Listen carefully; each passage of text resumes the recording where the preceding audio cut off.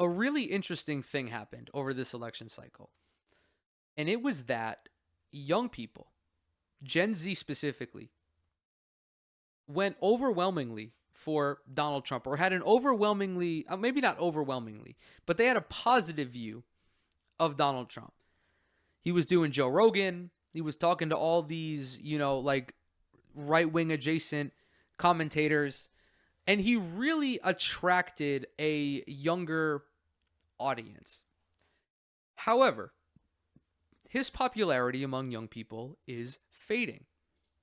This article from Newsweek titled Donald Trump's Gen Z Popularity Plunges. President Donald Trump's favorable rating among Gen Z voters has drastically fallen since the 2024 election. A survey from The Economist and YouGov released Wednesday revealed the president's net rating among those aged 18 to 29. Wait, I'm not Gen Z. Dude. Okay. I hate when I am lumped into Gen Z. I am not Gen Z, man. I was born in 1996. I am a young millennial. I am not Gen Z. I am, however, disapproving of Donald Trump. But regardless, semantics aside, this is representative of younger people. His net favorability is minus 18 points.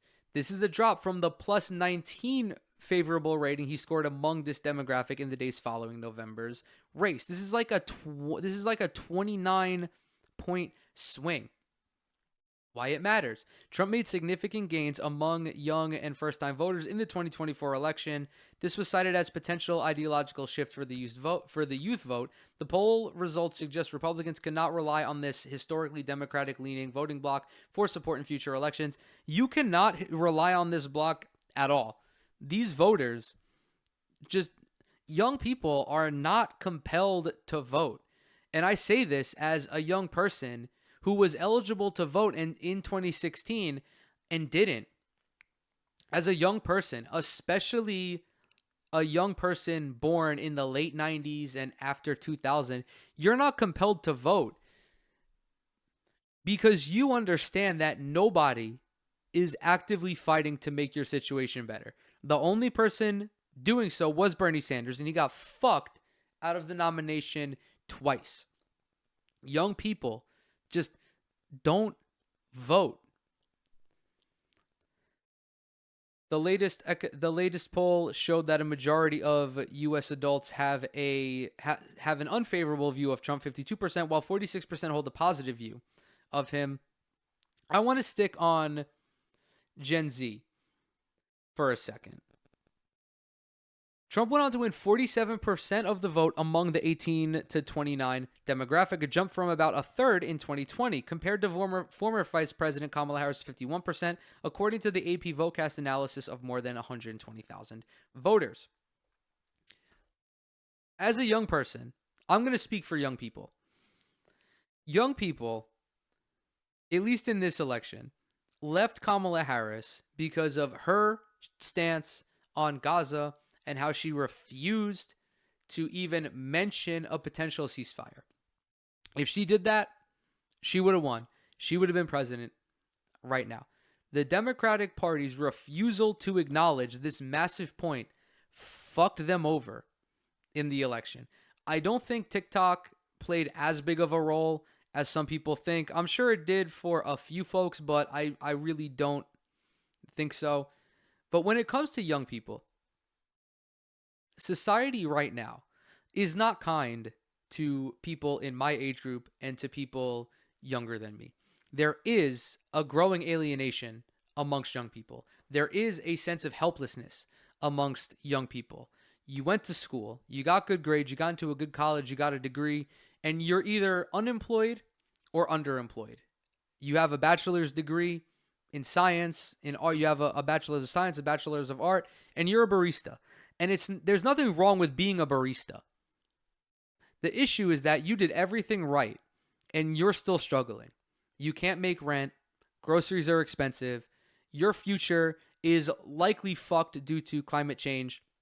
Young people flocked to Donald Trump because of the promise of change. This is how tons of far-right leaders get elected. They present something that's different from your reality. but it's not different in any beneficial way. And young folks are beginning to recognize this. Trump's policies are not helping them. They voted for Trump maybe because the economy is bad right now and it was good under Trump. But perhaps they were too young to understand why the economy was that way then and why it is now. And how it's not necessarily the fault of the president, but the fault of the system. If you vote Trump on economy because economy bad and economy is still bad, yeah, you're not going to be pleased with him. You're not pleased with the fact that your student loans are not going to be canceled now due to everything going on with the Department of Education. Trump's decline in favorability among younger voters follows the introduction of several policies and proposals that may be unpopular with younger demographics. This includes mass deportation, DEI, targeting DEI initiatives, and suggesting that the U.S. will take over the Gaza Strip and resettle Palestinians while the area is rebuilt. It really comes down to being naive. Especially if you were like 20 years old voting in this election, you were 10 or so, like 12 during Trump's first term, you don't understand how the world works. It's not until like you actively become engaged in politics at like at least beyond a superficial level, you then begin to understand that, wow, it's the system that has fucked me. And every president throughout your lifetime has worked to perpetuate an already cruel system. Young people do not want to be saddled by debt. Young people do not want subsistence wages. Young people do not want the continued deterioration of our institutions like Social Security. Young people don't want to hop on this shitty health insurance plan and be charged $800 to get a fucking MRI. Young people want change more than anybody else because the current system has been more cruel to them than anybody before. Neoliberalism, Western capitalism, Western democracy, whatever you want to call it, has run its course over these last 50 years. The same privileges afforded to my parents' generation, and the people before them, we no longer have. The home ownership in your late 20s. Like, I own a home, and I got profoundly lucky. I will not hide that. But I understand that it's a privilege. And I understand how young people feel about just life right now.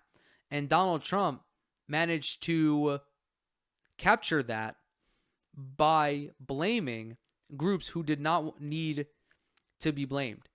His rhetoric against trans people, against migrants, gave folks an enemy.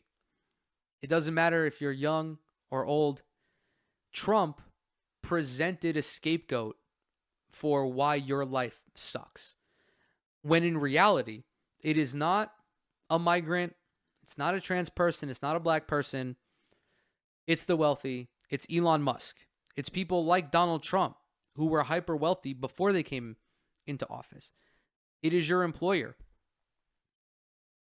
It is these massive mega corporations, but more so the billionaires. And the appropriate messaging from the Democratic Party would be that. And the Democrats were hit hardest by this because they were always viewed as the party of the working class. They at least pretended to care about the interest of the 99%. People no longer have that view anymore. And young people left the Democratic Party because they can't give them the benefit of the doubt. Obama didn't materially benefit anybody, really. I mean, the Affordable Care Act was okay. Being able to stay on your parents' insurance until you're 26 was Great. I mean, I benefited from that. But beyond that, there's no one in the Democratic Party outside of like Bernie Sanders and AOC who properly taps into the anger and the resentment that young people feel. The rightful anger and resentment that young people feel. How they're almost left behind by this current iteration of society.